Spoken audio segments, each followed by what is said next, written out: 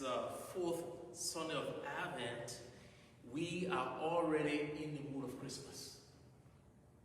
You know, we are already in the mood of Christmas.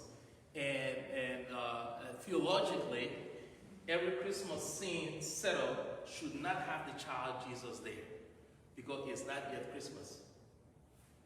So until Christmas, the night mass, you know, where we celebrate the nativity of the Lord, then there's a procession, and then the child will be placed in the manger with the Blessed Mother. But today, as we celebrate this mass, I want us to look at the nativity scene first, before we go into the details of Mary's encounter with Elizabeth. Rudy, can you zoom closer just to capture? Because there are two gospels that talks about the infancy narrative of Christ. Let's capture the nativity scene. Who want to try? Which of the gospel we heard from today? Guess what? What gospel we heard from today? Today is Luke. We heard from Luke today. So Luke, we're in year C, so it will be Luke. Luke will be the guy that will be making the journey with us, okay? So we heard from Luke. And the other gospel that have an infancy narrative that goes to the genealogy of Christ is Matthew. So theologically, we say there's the Matthean crib or the Lucan crib. Now, the Matthean crib is what is displayed here, is more detailed. Matthew talks about the Magi, those three wise men. Matthew talks about shepherds, you know, the shepherd boys. You know, so there's a shepherd boy there. You know, Matthew talks about the camel. You know, just those different details is kind of displayed. So Matthew have a more elaborate crib with the Holy Family. So this is a Matthean crib. Okay? Now the Lucan one is more simple. You know, you have the Joseph, Mary, Jesus, you know, with angels. You know, Luke is very simple. So when you see the angels, you know, it's more Lucan without the Magi, because he didn't go into that. So I wanted to draw your mind to that, you know, as we celebrate this, the fourth Sunday of Advent. And so today, we're going to light all four of our candles, because all the candles of Advent is lit today. So we're going to light all four of the candles.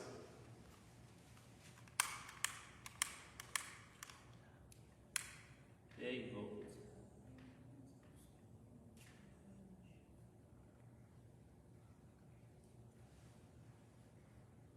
Because after today, the Advent wreath will not be here.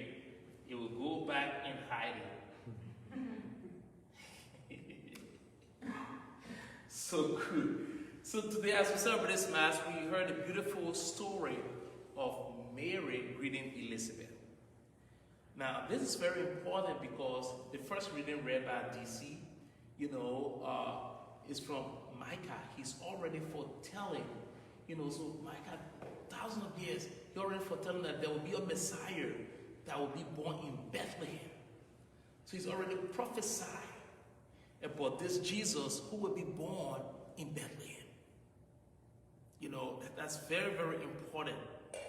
Now, in the gospel we heard today from Luke, Mary, having heard the good news, having been conceived, she herself set out on a journey. And it's important because Mary is young. Mary is unmarried. Mary is pregnant. Young, unmarried, and pregnant. In a culture like that, you know, that is frightening. You know, because they say you, if you committed adultery, they will stone you to death. And so to get pregnant, you have to be in a relationship. That's very interesting. So Mary trusted God so much. She said, let it be done to me according to your word. You know, she trusted him so much, there was no fear of what humans would do to her. And she invites us to that trust. So sometimes we'll be going through our own issues in life. But we have to reach out to others. And when she got the angel's message that your cousin Elizabeth, who is in her old age, has conceived, and she's in her 6 months, she who was said to be barren. For nothing is impossible for God. So I want to show the light on Elizabeth a little bit. So Elizabeth, who had been wanting a child her whole life, her whole life she wanted a child. So there was that expectation. And there was a disappointment too. It showed long suffering. You want something, you can't get it. You pray. Elizabeth's husband was Zechariah. He was a priest. And I believe some of the people were gossiping about him. Just look at him, he say he prays, he pray all the time. You can even get your wife pregnant. That kind of thing. They said those things those days. They gossip like you gossip now. They gossip back then. And their gossip was very tough. Look how you all day light the incense in the church and stuff like that. Your wife can't get pregnant. And for them, that was serious stuff. You married, you look forward to a child. And if you do not have a child, during those days, they didn't know all the signs that different things can happen why people will not have child or children. They didn't know those days. So when a person didn't have a child those days, they feel that you're not blessed by God. You see what I mean? So that's the thing. And so there was a contradiction with Zechariah's life. That this guy is a priest. This guy is praying every day. This guy has to be blessed by God. But this guy does not have a child. And he's old. He's getting to that stage where he will soon die. So there's that. It's a very interesting dynamic to zero in with Elizabeth, knowing now that, wow, God, I thank you. You have removed this shame from my face. Now I am pregnant.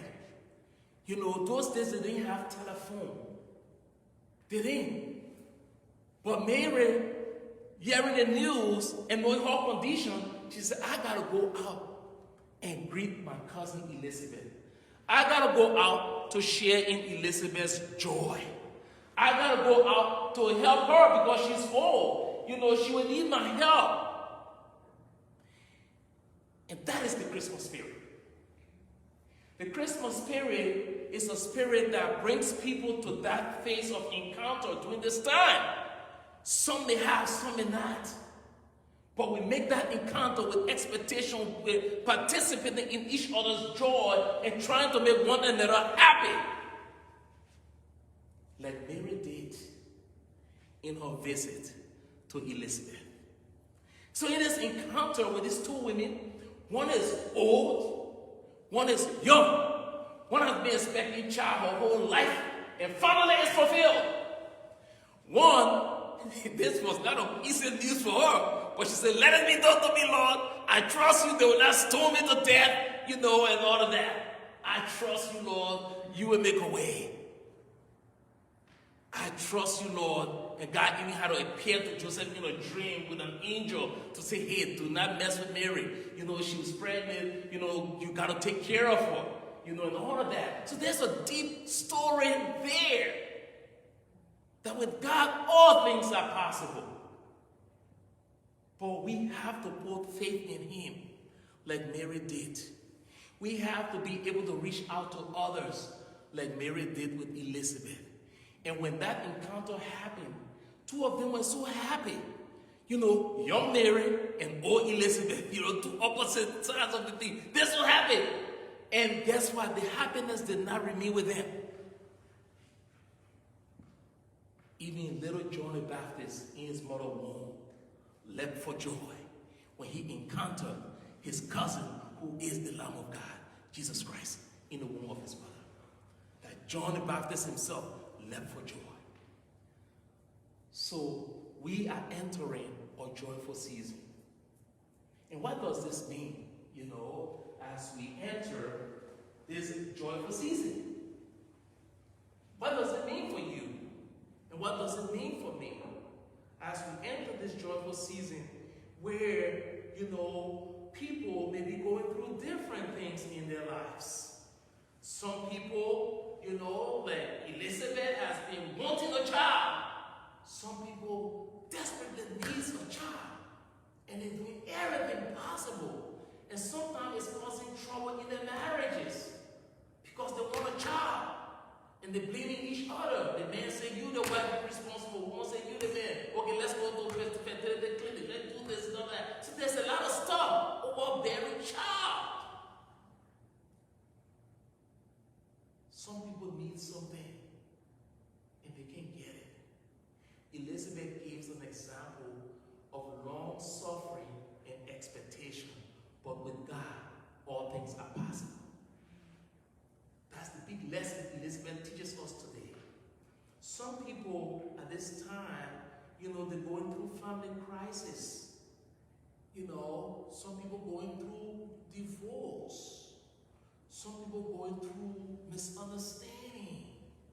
And they're thinking, Lord, this is Christmas. How would I celebrate this Christmas? He's telling you and I, open the doors of your heart, and I will be with you. Open the doors of your heart, and I will be with you. Some people are in nursing home.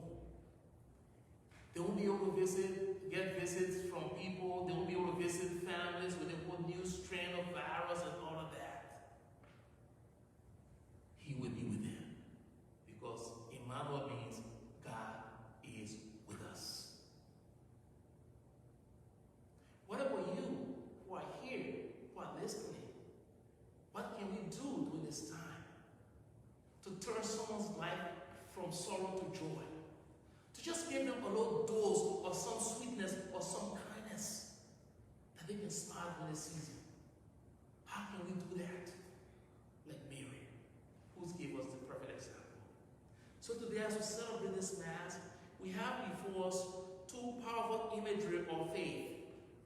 Faith in the old, faith in the new and the young. That is an embrace. How can we, during this family gathering, embrace, young people willing to listen to the stories of your older folks, your grandparents, your great-grandparents, if you have some, or your parents, your uncles and people who are older.